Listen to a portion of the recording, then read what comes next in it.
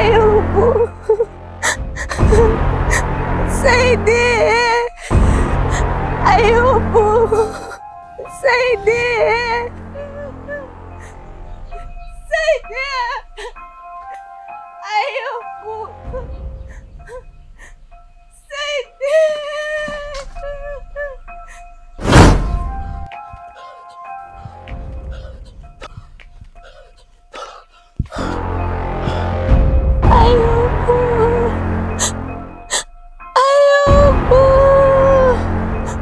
Wewe nimekuona na Daudi wewe. Wewe nimekuona na Daudi wewe. Eh? Saidi.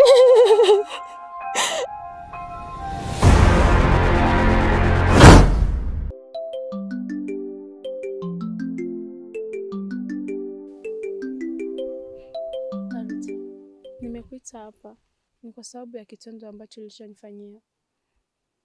Kitendo ulichonifanyia ni kitendo ambacho hakiwezi kuvumiliwa na mwanamke yoyote. Hivi kwa nini umenifanyia vile? Ni kweli mimi najiona makosefu mbele zako. Lakini nia yangu na mazumuni yangu ilikuwa ni kuja kukutafuta ili tuweze kuongea. Na Baruti, mimi nakufahamu wewe sana. Kwa kitendo ulichonifanyia, sidhani kama ungenitafuta. Ni kweli. Hata mimi nashindwa jinsi ya kukwambia ili uweze kunielewa. Baruti, ikiwa familia yangu imeshindwa kunielewa, wewe je? Halafu unashika mwanamke mwingine ambao simfahamu, naweka ndani. Hivi Baruti, unajua ni wanaume wangapi waliokuja kutoa posa nyumbani, ila nikawakataa kwa ajili yako? Hata mamangu alinichagulia mwanaume, ila nikamkataa kwa sababu ya mapenzi nilionayo kwako. Hii leo nakuja kutia mwanamke mwingine katika nyumba yako. Baruti, sitoka nikusahau. Ni kweli. Mimi nafahamu kwamba bado una hasira na mimi. Lakini kumbuka kwamba bado nakupenda. Na hiki kitu ninachokifanya kitakuja kuwa kitu kizuri kwenye mahusiano yetu, na isitoshe kinaweza kikaleta faida kwenye familia yetu. Kwa hiyo bado nakuhitaji. Naomba ukae mbali na mimi. Sihitaji tena kuona katika maisha yangu.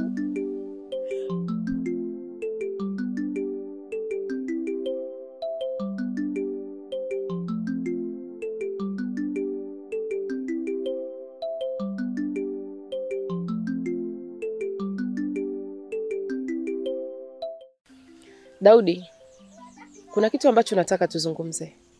Kutokana na tetesi ambazo unazisikia hapa kijijini kwetu. Na hiki kijiji huwa hakiishi maneno. Kila kukicha kunaibuka mapya. Tetesi gani hizo? Na ni bora kaka unajua kwamba katika kijiji hichi hapa hakina siri. Hivi kaka, katika wanawake wote hapa kijijini kwetu, umeona yule Melina tu ndo mwanamke wa kuweza kuwa naye na kutaka kumuoa kweli? Dada yangu, yani kuna mambo mengi ambayo mimi sielewi. Mashallah. Yaani mbona mtoto mwenyewe mpole, mkimya, Alafu mimi ninapofanya maamuzi, hata kama ni wewe unaweza kufanya maamuzi, sio lazima watu wote wakubaliane na wewe 100%. Lazima kuna wale ambao hawatakubaliana na kile ambacho ulikiamua. Hata mimi sijakataa pia. Ama kweli mapenzi upofu.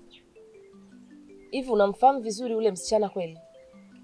Alafu una taarifa kwamba yule msichana sio msichana wa kijiji hichi hapa? Melina? Melina mbona ni mdogo wake Anita? Walikuwa hapa toka utotoni tunaona. Walikuwa hapa katika hiki kijiji. Ndio unavyofikiria wewe? Kaa chini kaka. Fikiria mara mbili. Yule sio mwanamke. Yule ni mwanamke hatari sana. Na kama umeng'ang'ania kuwa naye basi, mimi sitakupangia maisha yako Daudi, wala sintokuchagulia mwanamke. Yule mwanamke sio mwanamke wa kawaida. Inatakiwa muangalifu sana kakaangu. Nakwambia hivi kwa sababu nakupenda. Na usifikiri kwamba eti mimi nataka kupangia maisha yako, hapana. ila ninachoamini kila siku asiyesikia la mkuu huvunjika guu. Dadangu, katika hilo nimeshafanya maamuzi. Yaani nimezamiria kabisa nitamuoa kwa sababu nampenda. Yaani hao wanaoongea waache waongee. Haya bwana. Siwezi kuongeza neno lolote.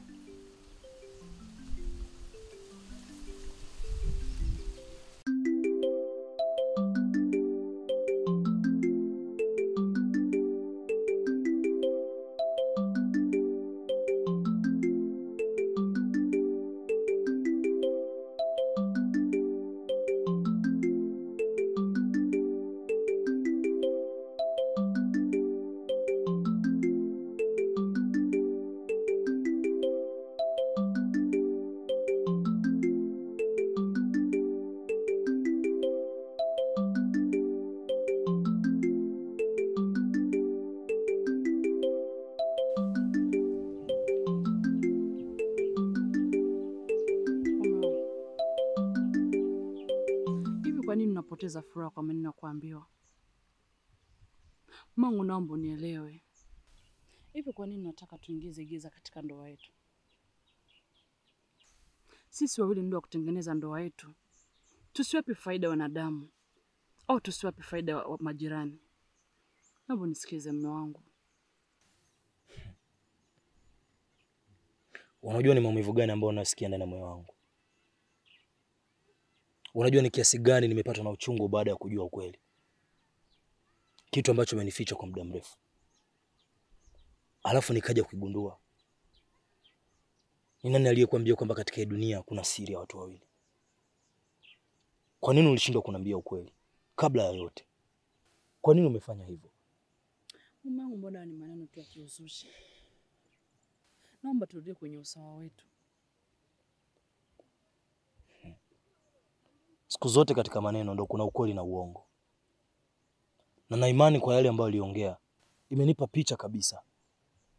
Unajua vile ulivyokuja na ujauzito. Nilikwambia jambo moja. Una uhakika kabisa kama hii mimba ni ya kwangu. Ulikubali. Lakini ulijua ukweli na ukauficha kabisa katika moyo wako. Sawa. Umeamua kuniumiza. Kwa sababu nilikupenda. Nikakubali kwamba nitalea ujauzito huo. Si ndio? Okay. Anitaondoka. Mungu, naomba unisikilize. Najua kweli kwa uenda unaweza kuwa amekwambia maneno mengi. Ila mume wangu, kweli siwezi nikaenda nje ya ndoa yangu. Naomba unisikilize.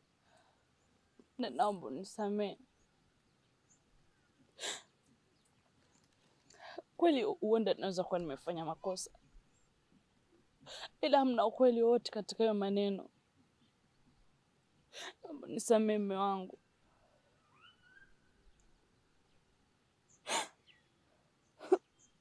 Siku zote upendo. Upendeka pale mtu anapopenda. Unakosa mahali salama.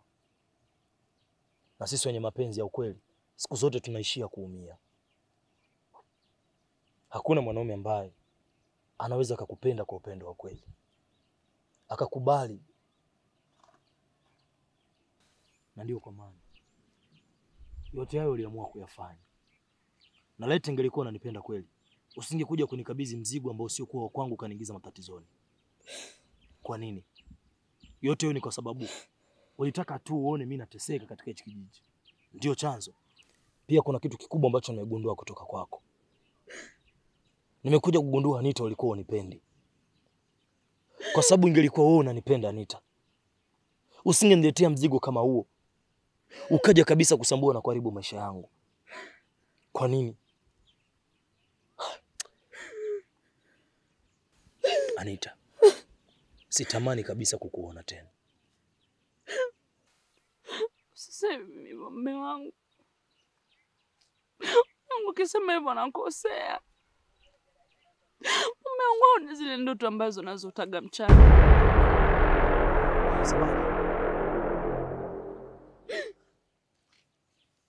Yaani wewe uliona kwamba haitoshi, Badala ya kuharibu maisha yangu kwa kuniletea kimimba kichokuwa cha kwangu, umeamua hata kuingia kwenye maisha yangu na kutaka kabisa kuiangamiza. Anita, nataka kuambia kitu kimoja. Hata kabisa kunifuatafuata. Na ikija kutokea, basi nitakumaliza mapema kabla hujafanikisha jambo lako.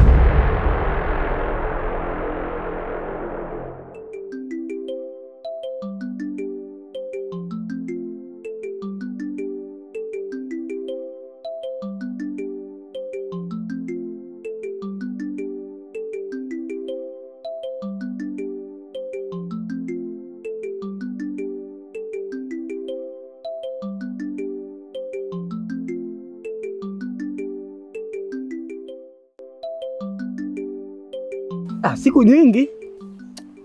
Yani sio chache kabisa. Alafu sasa kaka, unajua kuna kitu kimenishangaza bwana. Nilikuwa niko napita kule, alafu nikamuona mke wa Baruti. Alikuwa na mizigo kichwani, akiwa anaongea na mtu. Kilichonishangaza sasa, anaongea na mtu lakini kwa uhakika alikuwa yeye peke. Mimi nimechanganyikiwa bwana. Sasa unajua habari zako wewe zenye michongo yani. Hii inawezekanaje sasa?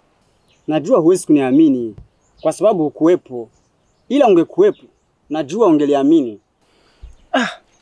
Lakini kijiji kina mambo mengi. Mambo ambayo hayaeleweki.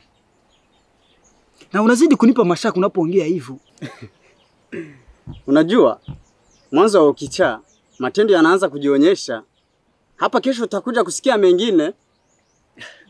Lakini unajua kama Baruti hayo yote yakataka yeye mwenyewe. Kijiji kizima tuliamini ya kwamba msichana ambaye angestahili kumuoa ilikuwa ni Benita. Sasa ghafla tuko na mleta yule msichana. Na kitu ambacho zinaweza nikakwambia ndugu yangu, yule msichana mimi simjui. Simfahamu kabisa. Mbona sidi kunichanganya bwana? Sasa kama Baruti walikuwa wanapendana na Benita, sasa yule katoka wapi? Kwa kweli hiyo mimi siwezi nikafahamu. Lakini labda Baruti mapenzi yake yamedondokea katika yule ambaye aliamua kumuoa. Mapenzi ni sumu. Inawezekana mahaba yamezidi mpaka Baruti akaamua kumuoa yule mwingine. Hivi kuna msichana mzuri katika hiki kijiji kuliko Benita? Sidhani. Ni kweli. Lakini kuna siku yule jamaa atakuja kututia kwa kumkosa yule Benita. Lakini ndio hivyo. Acha tu mimi nijende. Sawa. Basi poa tutazidi. Danita, kuja kwangu hapa ni kutokana na kile kitendo kilitokea juzi kati. Yale maneno ambayo uliongea yaliniumiza sana dadangu.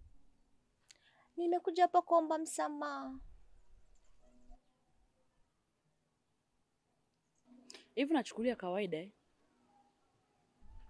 Hapana Danita. Ndio maana nimekuja kukuomba msamaha. Siku zote mtu anayeomba msamaha anakuwa ametambua kwa amefanya kosa. Hivi ulifikiriaje kwenda kumwambia mume wangu kwa ujauzito sio wa kwake? Hivi umetaka kuniharibia mimi maisha? Kisha baadaye unajiita eti wewe ni mdogo wangu mimi. Mdogo wangu kweli? Hivi umekaa chini kabisa ukafikiria hichi kitu nataka nimfanyie dadangu, wa ukataa maendeleo ya dadako? Mbona unanifanyia hivyo wewe? Danita, lakini sio mimi. Unajua kwamba mimi simfahamu Shem. Sijakutana naye. Wenda kuna watu ndio walifanya haya. Si unajua binadamu, lakini tuchunguze, tujue ni nani. Hivi unanichukulia mimi mwenda wazimu eti? Hivi unajua hii siri ni kitu ambacho kilikuwa kinajua mimi na wewe. Sasa hapo unaponiambia kuwa sio wewe, unataka kunichanganya. Maana ni kitu tumeongea, tuko watu wawili. Na nilijua tu hii siri utakaa nayo muda mrefu. Nilijua tu lazima utaniharibia. Sasa hivi umeridhika eti? Sasa hivi umeridhika? Danita, najua siwezi nikakuaminisha. Na hii siri ni mimi na wewe. Na tulikula kiapo kwa kulinda hii siri. Na kama ni mimi, utakuja kujua ukweli baadaye.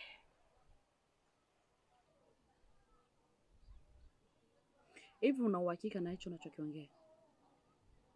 Ndiyo, nina uhakika Danita, na ikiwezekana unikutanishe na Shemu ili ujue ukweli. Sawa mdogo wangu, nimekuelewa.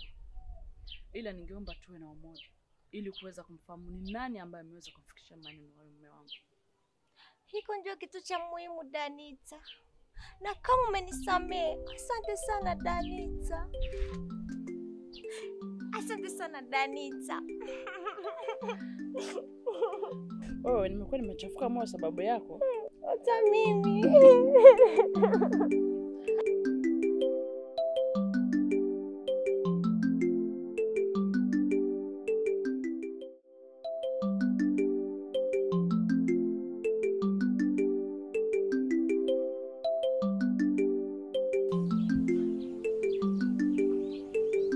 Anita. Anita. Anita. Naam.